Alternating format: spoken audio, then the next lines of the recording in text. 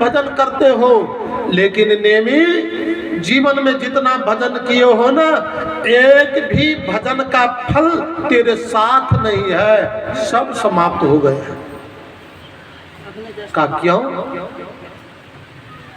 का तुमने अभी तक कोई गुरु नहीं किया।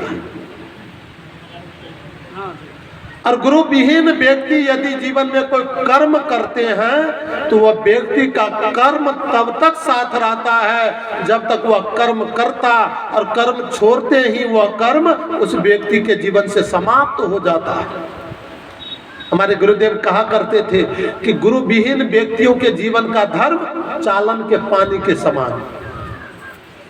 चालन आप जानते हो ना, आटा जो छानते हैं हम लोग, आटा जो चालते हैं ना, वो आटा छानने वाले जो छन्नी होते हैं ना, उस छन्नी को किसी बाल्टी में डुबोगे, और बाल्टी में जब डुबो दोगे ना, तो डुबो देने के बाद में उसमें पानी परिपूर्ण रूप से भर जाता है। लेकिन वैसे उस छन्नी को उठा करके ऊपर रख लोगे तो बूंद बूंद करके पानी छिद्र से बह जाते, एक बूंद पानी उस चालन के अंदर नहीं रहता।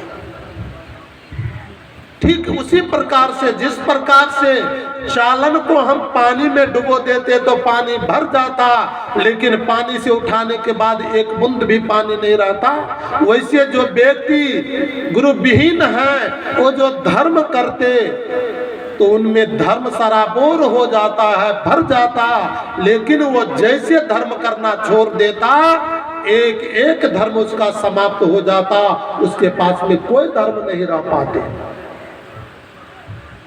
क्यों?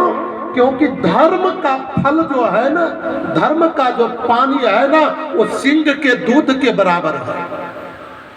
सिंह के दूध को आप जानते हो, सिंह का जो दूध है ना, कितना मजबूत लोहा हो का बर्तन हो, पात्र हो, लोहे के पात्र में रख दोगे ना, तो रखने के बाद में वो पात्र फट जाएगा, उसमें सिंगनी का दूध नहीं अटक सकता है। स्टील का कितना मजबूत बर्तन आप ले लो, उसमें सिंगनी के दूध को रख दोगे, वो स्टील फट जाएंगे, उसमें सिंगनी का दूध नहीं रह सकता। शीशे का कितना मजबूत बर्तन हो, उसमें आप रख दोगे, वो शीशे के बर्तन फट जाएंगे, उसमें सिंगनी का दूध नहीं अटक सकता। मिट्टी की कितनी मजबूत बर्तन हो, उसमें यदि सिंगनी का दूध रख दोगे, वो मिट्टी के बर्तन फूट जाएंगे, उसमें सिंगनी का दूध नहीं अटक सकता। सिंगनी का दूध मात्र दो जगह ठहरता है, एक तो सोने के पात्र में और दूसरा पूरन के पत्ता पर। सोना यानी स्वच्छता का प्रतीक माना जाता है, और पूरन यानी निश्चलता का प्रतीक माना जाता है। जिस मानव के जीवन में स्वर्ण के तरह स्वच्छता होगा, यानी गुरु दीक्षा प्राप्त होगा, और जिस मानव के जीवन में निश्चलता होगा, उसी के पास में धर्म का दूध ठहर सकता, वरना और कहीं नहीं रह सकता। धर्म के दूध को रखने के लिए स्वर्ण के तरह स्वच्छता लाना पड़ेगा, यानी गुरु के शरण को ग्रहण करना पड़ेगा। जिस मानव के जीवन में गुरु है ना, उन्हीं के पास में धर्म अटकते हैं, वरना धर्म तो करते लेकिन उसके पास में धर्म अटक नहीं पाता। इसलिए जीवन में कर्म करते हो, करो, अधिक से अधिक पवित्र कर्म करो, लेकिन ध्यान रखना कि वह पवित्र कर्म को धारण करने के लिए हमारे अंदर पात्रता है कि नहीं, इसका भी ख्याल करना चाहिए। गुरु महाराज के द्वारा जब मंत्र प्राप्त होगा तो ही आपके पास में वो धर्म अटक सकता, शुभ कर्म अटक सकता है। शुभ कर्म को अटकाने के लिए पात्रता चाहिए, और वह गुरु पात्र होना चाहिए। इसलिए प्रत्येक मानव के जीवन में गुरु अनिवार्य है। गुरु विहीन व्यक्ति के जीवन का किया हुआ कर्म किसी लायक नहीं होता। नेमी जी को कहा कि तुम इतने पुण्य किए, इतने भक्ति किया, लेकिन एक भी भक्ति का फल तेरे साथ नहीं है। कहा महाराज क्यों? कहा तुमने अभी तक गुरु दीक्षा नहीं लिया।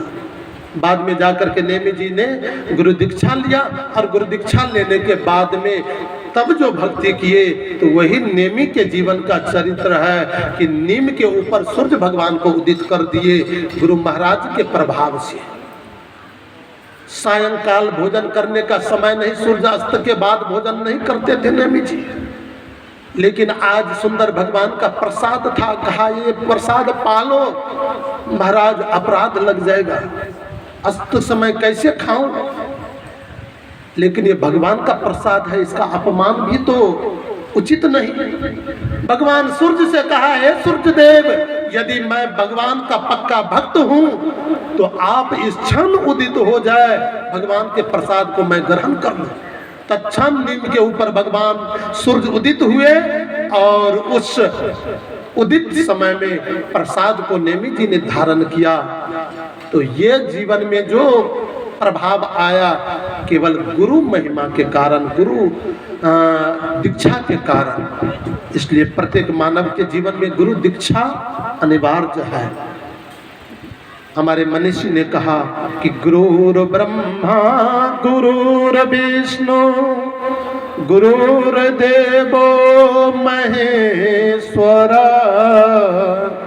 गुरुर साक्षात परब्रह्म। गुरुर ब्रह्मा गुरुर विष्णु गुरुदेव, गुरुर ब्रह्मा गुरु विष्णु गुरुदेव महेश्वरो गुरु साक्षात परब्रह्म तस्मै श्री गुरुवे नमः। गुरु ब्रह्मा के, ब्रह्मा विष्णु और महेश ये तीन देवता का नाम आता है।